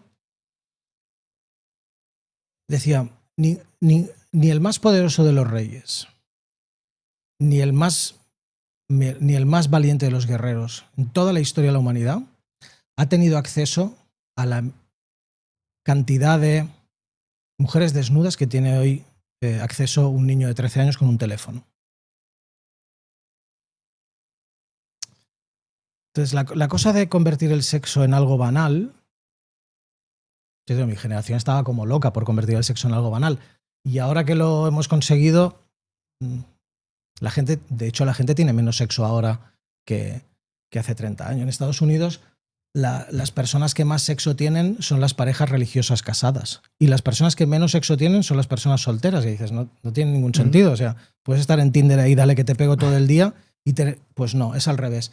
Entonces, el sexo es algo que, como vivimos en una etapa histórica muy particular, nos parece que la luz es lo de siempre, ¿no? Porque la luz hace 200 años no existía. Y el libre acceso al sexo nunca ha sido así. Eso empezó, el invento del sexo, digamos, libre empezó en los 60, en los 70, cuando se inventó la píldora. Antes no existía. Entonces, desde un punto de vista evolutivo, durante 250 millones de años, el sexo ha funcionado de una cierta manera y 5 minutos después de que inventemos la píldora, estamos experimentando con ahora vemos esto, ahora lo otro, ahora del revés, ahora tú y yo, ahora sí, ahora no. Que no está ni bien ni mal, pero es algo que ha funcionado de una cierta manera 250 millones de años y desde hace 65 ha funcionado de otra. Entonces, no estamos preparados, desde un punto de vista animal, no estamos preparados para esto y por eso el porno nos da tantos problemas, el intercambio de parejas nos da tantos problemas, el sexo casual nos da tantos problemas. Piensa que tú y yo hace 100.000 años vivíamos en una tribu donde, digamos, vamos a ponerlos en la misma edad. De nuestra edad había 3 chicas y éramos 3 chicos. Entonces, lo único que había que hacer era decidir cuál se quedaba con cuál, tanto nosotros como ellas. Y entonces, no tenías novedad infinita. Claro, si tú intentas tocar a la mía, teníamos un problema, entonces te jugabas la vida, entonces no lo hacías. Y, bueno, funcionaba muy mal, pero funcionaba. Funcionaba de una cierta manera con unas normas que todo el mundo entendía. Ahora, bueno, hemos decidido que ahora esto es arriba España. Bien, pero hay consecuencias. Entonces es, por ejemplo, un caso. Con el porno tengo varios casos de pacientes que han tenido muchos problemas con el porno, con el intercambio de parejas también. Porque al final estás jugando con una de las fuerzas más poderosas de la naturaleza. Dices, ¿te parece raro que el sexo esté por todas partes? No. Porsche existe por el sexo. Porque si no, ¿para qué me voy a gastar 100.000 euros en un coche si tengo Dacia, que es 10 veces más barato? ¿Por qué? Para demostrar que puedo tener un Porsche. Eso es... Vale, sí. Y ahí los amantes del motor me diréis que la sensación, like. Pero básicamente todos sabemos, ¿para qué te compras un Porsche? O para qué te compras una chaqueta hecha a medida, o para qué te compras un Rolex. Para demostrar, porque aumenta tu percepción, la percepción de valor que tiene básicamente el sexo opuesto. Entonces,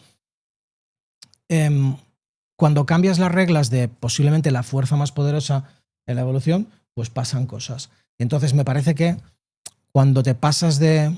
No lo quiero decir mal, pero cuando todos somos curiosos respecto a esto y a todos nos llama... El sexo siempre ha estado prohibido, ¿no? Y siempre un ingeniero con el que trabajé en un proyecto sobre sexualidad decía, el sexo es tan importante que lo prohibieron 2 veces en los 10 mandamientos.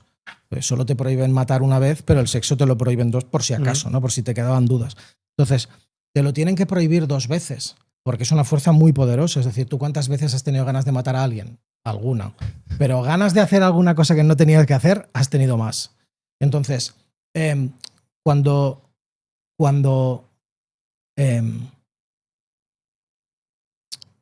es humano y es divertido y es experimentar está bien, pero el problema es que cuando experimentas con esto desde un punto de vista social, apps de ligues, Instagram, intercambios de parejas, da problemas.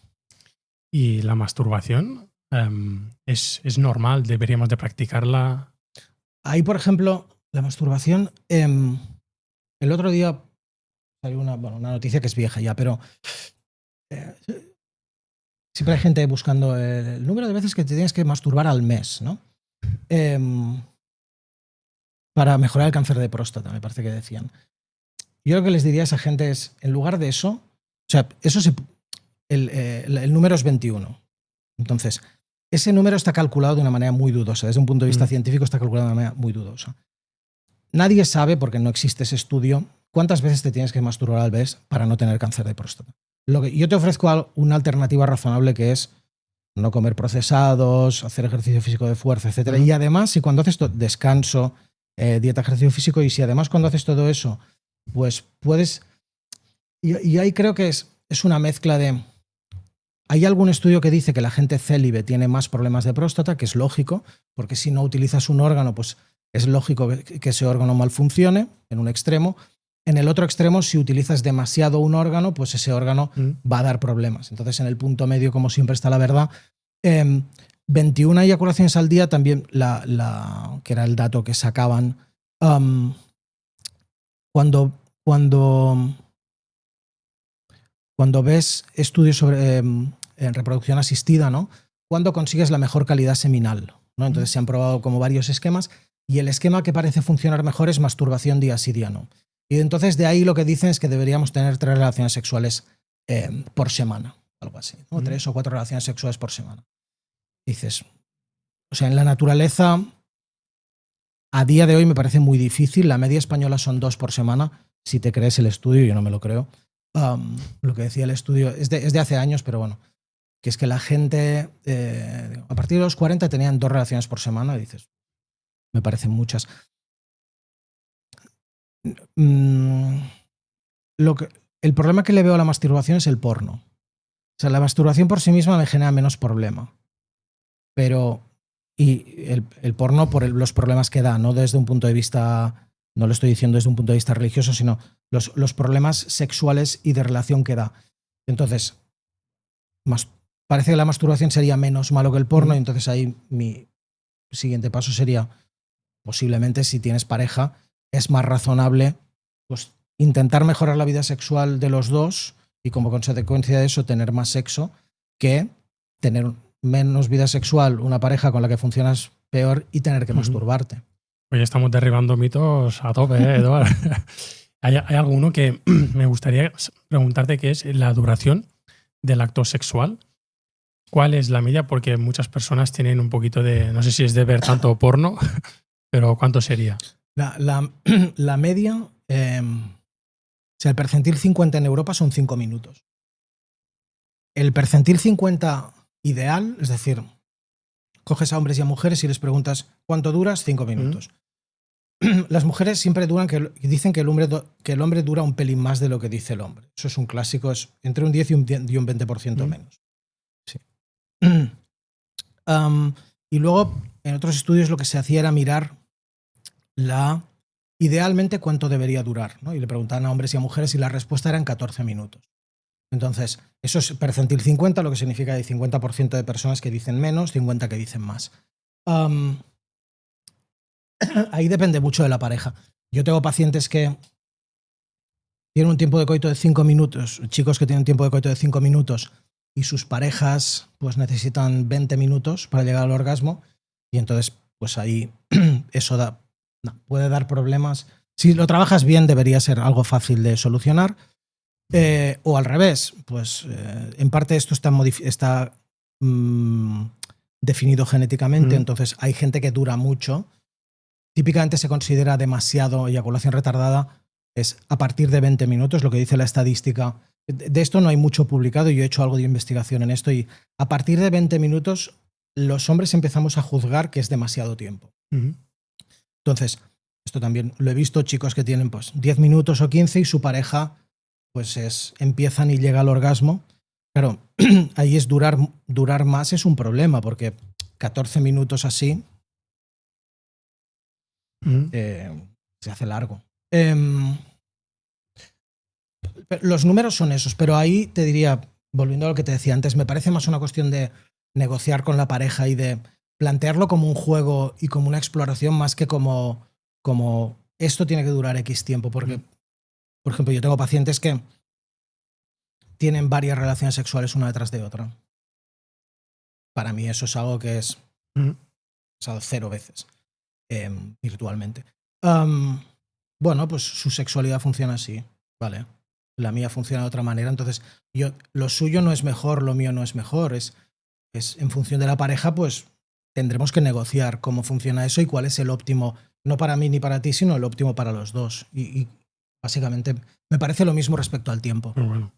Pues ya hemos llegado al final. Eduard, me gustaría hacerte unas ciertas preguntas antes de concluir, que les hago a todos. Pero ¿te ha pasado una hora? ¿No ha pasado una hora? Sí, ha pasado. La audiencia... hablo como una cotorra, tío. Llevamos 1 hora y media. Hablo como un loro. Te voy a hacer una pregunta y no quiero que me la respondas, esta. Vale. Vale, que es qué pasa en cada fase del sexo. Vale.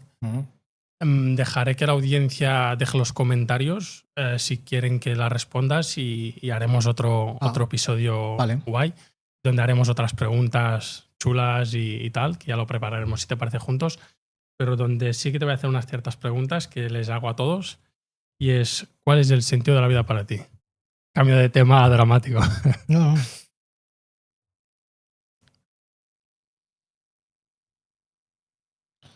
El sentido de la vida para mí es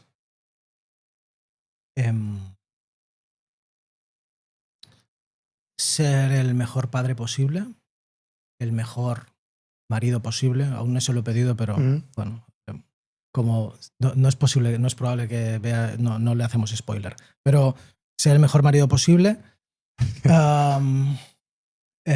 Hacemos oficial aquí, si no, ¿eh? Mira, podríamos hacer, sería chulo. Uy, se me está ocurriendo, podríamos hacer un directo. Pues sí, por mí perfecto. Aquí en directo. Me está yendo la olla. Diría, ser el mejor padre posible, ser el mejor marido posible, ayudar a la máxima gente posible, Básicamente, y esto es otra de las cosas que pienso, es la idea del propósito. O sea, la felicidad está muy bien, pero a medida que te haces mayor, no es que no quieras ser feliz, claro que quiero ser feliz, pero al final la felicidad no es algo que a veces toca y a veces no, pero cuando hay tormenta, no hay felicidad. Entonces puedes decir, pues oye, a tomar por saco, ¿no? Y lo que te saca de la tormenta es la misión, es el propósito. Yo tengo la suerte de tener hijos y eso es una fuente inagotable de propósito. Tengo la suerte también de tener una pareja maravillosa y en los momentos oscuros, ¿no? En los momentos difíciles, cuando sales más fácil y sales antes y con mejor cara de un día malo, cuando sabes que lo estás haciendo por algo que es mayor que tú, ¿no? Que es tus chavales, por tu pareja, por tu familia. Muy bueno. Y Eduard, ¿tienes ¿Y miedo? para ti? Para mí, muy buena pregunta. Yo No, sí. Me imaginaba de lo que hablaríamos, pero esta no. Entonces, Sí. Yo, para mí, estoy en la búsqueda constante. Sí que es verdad que yo, cuando pasé, no sé, te lo mencioné antes, de la lesión, cambió mi vida. Y a raíz de ahí, pues descubrí el propósito mío. Uno de ellos es impactar a las personas, transformarlas.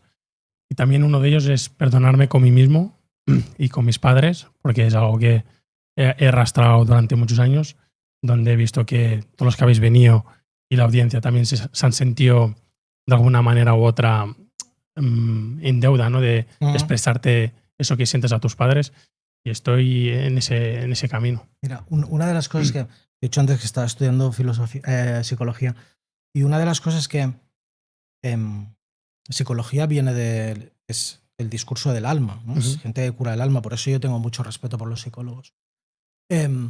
No hay ninguna diferencia entre pensar en ti mismo y tener ansiedad.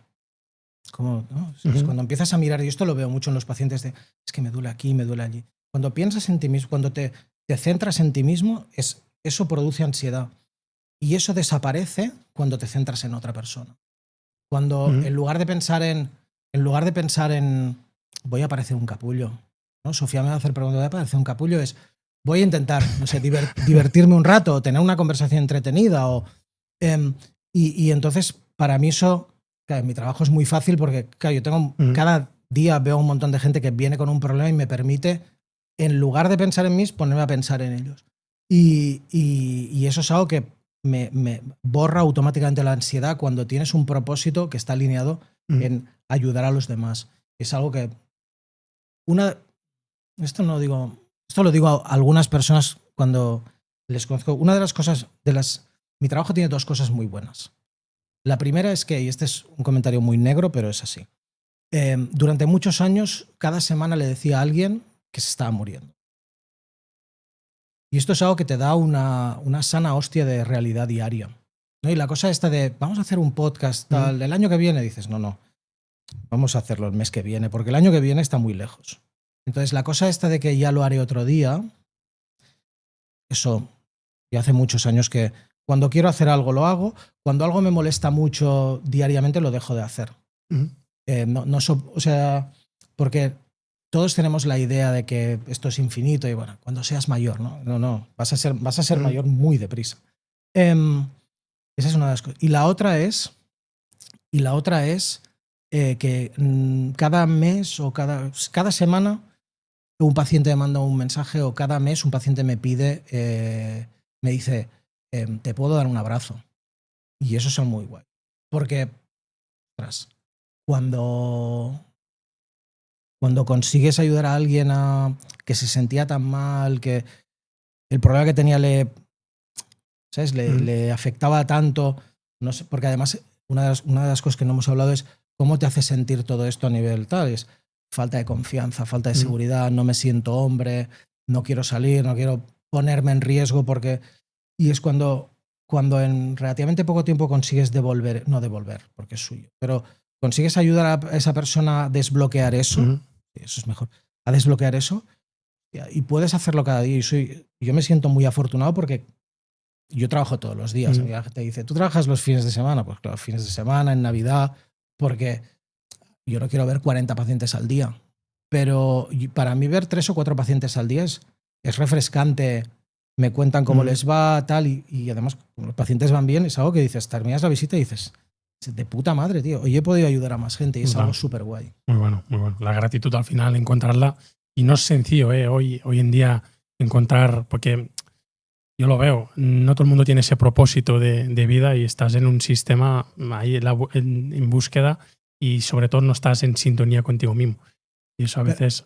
A ti digamos, en tu vertiente profesional te cuesta encontrar, o sea, a mí no me cuesta, pero te cuesta encontrar a gente. Sí, yo veo que cuando tú estás, lo que veo que cuando intentan buscar una meta, lo hacen desde la fuerza, ¿no? Es desde la carencia esa de necesito lograr eso para sentirme bien, para sentirme validado. Es decir, se validan con lo externo.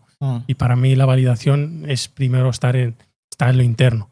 Y cuando entiendes eso y lo trabajas a nivel consciente es cuando logras. Pero hasta entonces sí que es verdad que se validan con lo externo. Quiero lograr tal, si no, no me siento bien. Pero la gente a la que tú consigues ayudar así, vamos, yo creo que hablando con gente que nos dedicamos a cosas muy diferentes, la gente cuando consigues ayudarlas, yo por ejemplo, dos de las personas que profesionalmente más me han ayudado no son médicos. Uno es Marc Graell y el otro es Alejandro Pulido. Y los dos me cobran cada mes un pastón. Pero es que es gente que gracias a ellos consigo llegar a más gente, gracias a ellos pues tengo una empresa que funciona y gracias a ellos puedo ayudar a más gente. Y es algo que me han ayudado a... Y posiblemente hay parte de lo que decías, que quería, o sea, que cuando no lo buscas por el motivo correcto te cuesta encontrarlo. Pero ellos me han ayudado a enfocarme en no, hacer esto, tenemos que ayudar a... Y funciona súper bien. O sea, y es gente a la que les estaré eternamente agradecidos por ayudarme a cambiar y convertirme, bueno, por convertirme en alguien que pueda ayudar a más gente. Yo creo que tus pacientes también te estarán agradecidos muchísimo por toda la labor que haces. Y ahora se estarán preguntando a la audiencia, ¿tienes miedo a la muerte? ¿Tengo miedo a la muerte? No. No mucho. Y tengo miedo, por ejemplo, me daría... No lo pienso mucho. No me gustaría... O sea, esta gente que dice, yo querría irme durmiendo. Yo no quiero... Yo quiero tener tiempo de despedirme. Claro, este es un lujo. Esto también como médico lo sé que no te dan el menú de qué tipo, ¿no? Pero no es una cosa que me dé mucho miedo. Me gustaría tener tiempo para despedirme, pero fuera de eso, al final esto tiene gracia porque se termina. Si no se terminara, seguramente perdería un poco de... Sería un poco menos divertido. Porque imagínate que Dios no quiera, Eduard, que sales por aquí y falleces. ¿Cómo crees que tus seres queridos te van a recordar? Eso no lo sé, pero lo que sí te diré es que desde hace mucho tiempo, cada vez que me despido de mis hijos, me despido como si me fuera a morir. Y nunca jamás me voy de un sitio enfadado. O sea, si me voy de un sitio enfadado, no voy a volver a ese sitio. O sea, si me la lías tan gorda que al final digo, este tío es un cabrón, no voy a volver. Pero no es que llego a la calle y digo, hostia, no. O sea, intento hacer el ejercicio antes y a mis hijos digamos, cada día, hoy cuando les he dejado, les doy un beso como si fuera el último porque nunca sabes cuándo es el último de verdad. Me hace reflexionar y es una cosa que yo trabajo porque tengo un peque, no sé si te lo he dicho antes, 4, ahora va a cumplir 5 años y es algo que... Vaya estás en pleno festival, sí, ¿no? Estamos a tope ahí. Y es algo que también pues intento tener conciencia de ello y también de darle esas cosas que yo no he tenido en la infancia. No sé si a ti también te pasa lo mismo, ¿no? Y otra de las preguntas es, ¿qué persona, y solo me vale una, normalmente me soléis decir 2, 3, pero solo una, que ha tenido ese impacto en tu vida, que ha hecho que seas la persona que eres a nivel personal y profesional? Una. Y las otras no se van a enfadar, Eduard. pero me estás diciendo algo tipo personaje histórico o persona... La persona que más impacto ha tenido en ti Puede ser tu padre, tu madre, tu hermano, tus hijos, no sé, cualquier persona. Puede ser Tony Robbins. No, claramente no es Tony Robbins. Si fuera personaje histórico, te diría Churchill, sin duda. Me parece absolutamente asqueroso a que ahora critiquemos a Churchill. Me costaría elegir. No, me costaría elegir entre. Para mí hay 3. Mis hijos, que cuando eres padre, sabes que juegan en una liga diferente. Mi hermano y posiblemente la madre de mis hijos. Bueno. Y ya para concluir, si. Para concluir por segunda vez. Qué bueno.